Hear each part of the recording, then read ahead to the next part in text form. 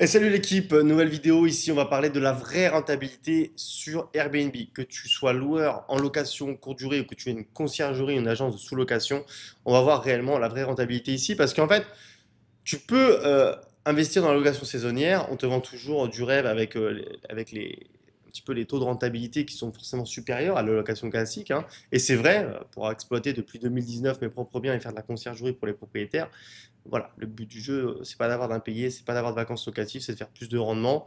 Donc en faisant les choses bien, ça marche. Mais encore une fois, on va un peu débunk là les frais qu'il y a sur Airbnb et qu'est-ce qu'on a vraiment en rentabilité, comment on va le calculer. Parce qu'avant de rêver de liberté financière, on va parler chiffres. Les chiffres, c'est pas forcément de ce que tu vois dans les pubs en disant, bah voilà, il y a des nouveaux projets, on vous promet 12% de rentabilité brute. Bon, comme ça, sans contexte, pourquoi pas, mais la réalité, c'est vraiment autre chose. Moi, je vais te montrer un exemple concret et surtout, je vais te montrer où se cache la vraie opportunité parce que dans ce qu'on t'a vendu, dans ce que mais par rapport à ce que les pros font vraiment, ça va pas être la même chose. On va prendre un exemple concret, on va se poser, je prends un bien à 180 000 euros, ça c'est le prix total, frais de notaire et travaux inclus. D'accord? Donc j'ai acheté, j'ai mes frais de notaire à peu près à 8%, j'ai fait mes travaux, j'ai estimé tout ça. On va voilà, prendre 180 000 euros.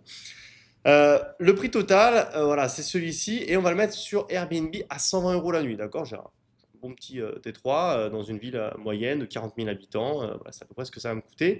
J'ai 120 euros la nuit, lissé sur l'année et j'ai un taux d'occupation moyen de 70%. Donc ça, c'est réaliste, hein. Je prends pas des chiffres délirants, je prends pas non plus des chiffres nuls. On a fait ce qu'il fallait, on a fait les travaux, on a un logement qui est cohérent, on a un bon thème, des photos pro, donc voilà, c'est ce qu'on va booker. 120 euros la nuit, 70% de taux de remplissage. Ça va nous faire 250 nuits par an. J'ai mes notes ici, hein, c'est pour ça que souvent je baisse les yeux sur l'écran.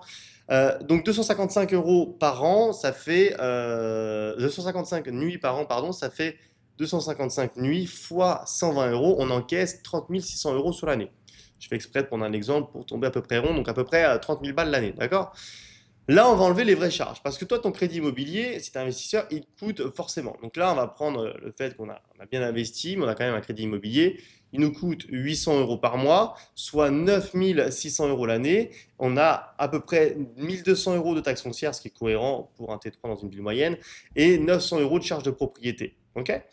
300 euros d'assurance propriétaire non occupant. Donc ça, en vrai, on peut faire moins, mais là, je prends un exemple exprès pour faire plus et montrer qu'on a une grosse assurance. On a pris le package complet.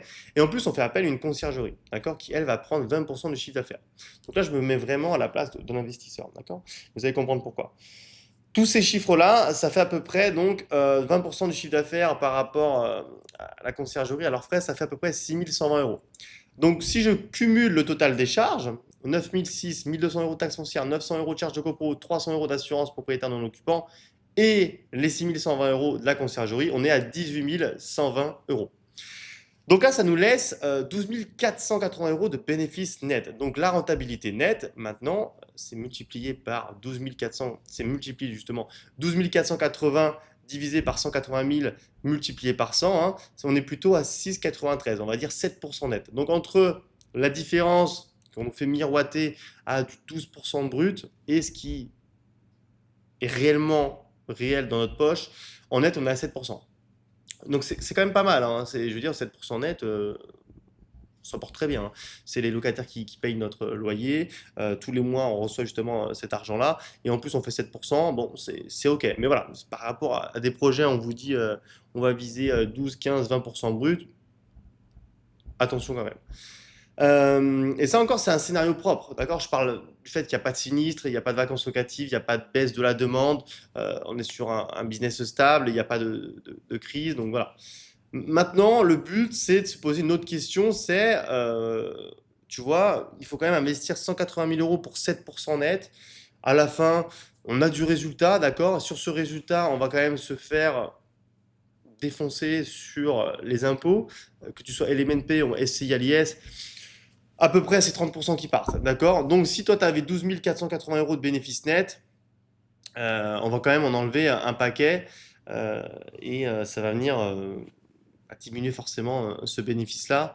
Donc même en enlevant 30%, voilà, il va te rester à peu près peut-être 8 000 euros. Ok, donc c'est bien, 8 000 euros l'année, je suis sur 7% net. Mes locataires remboursent mon bien, ce qui fait que derrière, j'augmente ma plus-value latente, j'augmente mon patrimoine. Et si j'en cumule comme ça, bah, évidemment, je crée de la richesse. Donc, il faut le faire, oui. Mais on voit que quand même, pour aller chercher 180 000 euros, en ayant des bonnes stratégies d'investissement, on va mettre à peu près 10% du capital. Ok. On va pas forcément toujours pouvoir mettre dans le crédit les travaux. Donc, c'est peut-être des choses qu'on va payer nous-mêmes. Donc, vous voyez, pour quand même lever 180 000 euros, il faut au minimum, je vais dire 20 000 balles. Je vais prendre 10%, voilà, il faut à peu près 18 000 euros, on va dire 20 000 euros. D'accord. Donc, il faut y aller quand même pour aller chercher ça. Là, on voit que par an, on fait à peu près voilà, 12 480 euros. Moins les impôts, il va rester moins de 10 000. Donc, il faut quand même un peu de temps. Moi, ce que j'ai envie de te montrer, c'est une autre alternative qui va être complémentaire de cet investissement, c'est d'aller faire du profit sur des biens immobiliers qu'on ne possède pas. Le but du jeu, voilà, c'est d'aller prendre 20-30% de commission sur le chiffre d'affaires, notamment en conciergerie. Je reviendrai un peu après sur la sous-location. Donc 20% comme une conciergerie, et là on va les gagner nous, parce qu'on a dit que la conciergerie prenait 6 120 euros. Donc là, c'est-à-dire que la société de conciergerie qui ne possède pas le bien, qui n'a pas tous les tracas, qui n'a pas dû lever autant d'argent, qui n'a pas dû gérer les travaux, etc., etc., les rénaux, elle va prendre 6 120 euros. Je rappelle, l'investisseur, lui, à la fin, il en prend à peu près, voilà, à peu près 8 000 après impôt. Euh, donc, c'est quand même, on voit que le delta, il est quand même assez court. Et le but du jeu, c'est de ne pas sortir un centime. Je veux dire, la société de conciergerie, elle n'a pas sorti d'euros. Elle n'a pas sorti d'euros pour investir. Elle a ses process très bien, mais à partir d'un ordinateur et un téléphone, on peut faire de la conciergerie en ayant évidemment les bons process. Donc, tu vois que en faisant à peu près 6 000 euros sur ce type de logement et qu'on fait ça fois 10, parce qu'on a 10 logements, on va être à peu près à 60 000 euros par an, sans crédit, sans emprunt, sans risque patrimonial.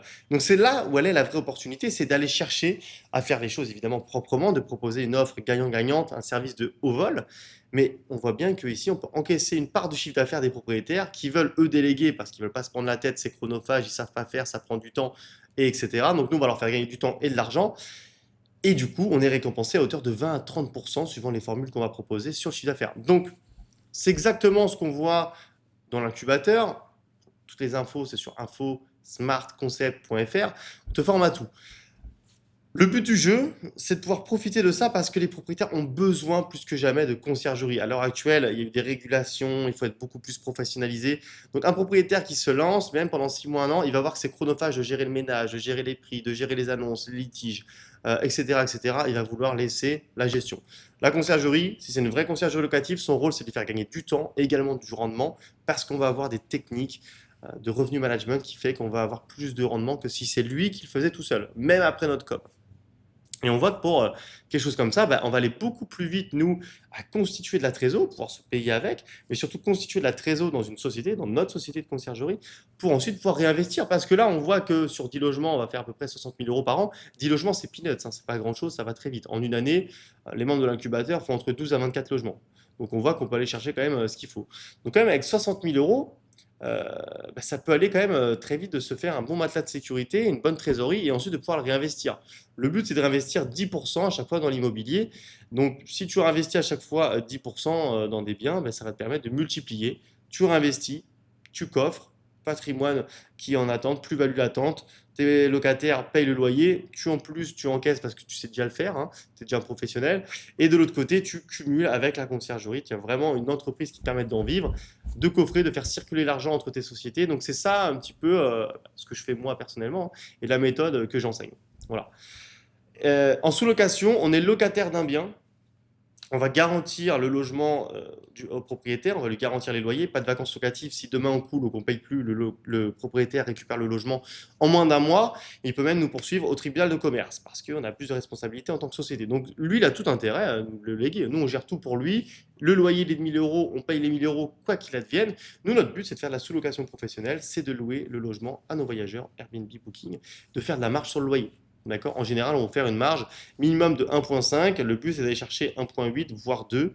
Maintenant, 2, c'est un petit peu délicat, mais on peut quand même aller le chercher. Donc, sur 1 000 euros, mon but, c'est d'aller chercher notamment 1 800 euros de loyer, 1 800 euros de revenus et donc 800 euros de marge pour moi. Donc, on voit aussi que c'est intéressant d'avoir de la trésorerie d'avance parce que si j'ai pas assez de trésor pour investir en immobilier, je peux très bien prendre cette trésor que j'ai faite en conciergerie pour aller sous-louer des biens de propriétaires. Il y a plusieurs logements à des loyers impayés, avec des loyers à payer, je ne dis pas impayés.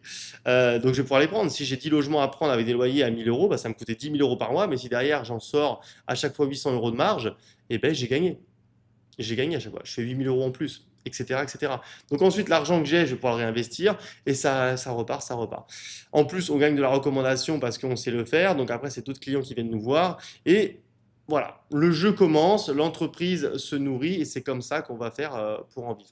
Donc le but du jeu, c'est en un an d'aller chercher entre 12 et 24 logements. C'est ce qu'on voit justement chez Smart Concept.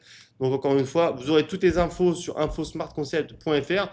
Est-ce que ça, c'est quelque chose qui vous parle? Est-ce que vous êtes déjà investisseur? Est-ce que vous êtes déjà posé la question de comment optimiser un peu plus justement vos investissements et pourquoi pas vous professionnaliser vous aussi de votre côté pour gérer des logements d'autres clients? Parce que vous avez forcément des recommandations, vous avez forcément du réseau, vous avez forcément des personnes que ça peut intéresser sur votre secteur ou un autre secteur. C'est une activité qu'on peut faire depuis n'importe où, du moment qu'on a les process en ligne et une équipe sur le terrain. On verra évidemment comment faire ça. Je vous laisse me dire ce que vous en pensez. Et par rapport voilà, à cette vraie rentabilité sur Airbnb, méfiez-vous des agences ou des sociétés de promotion immobilière qui vous vendent du rêve.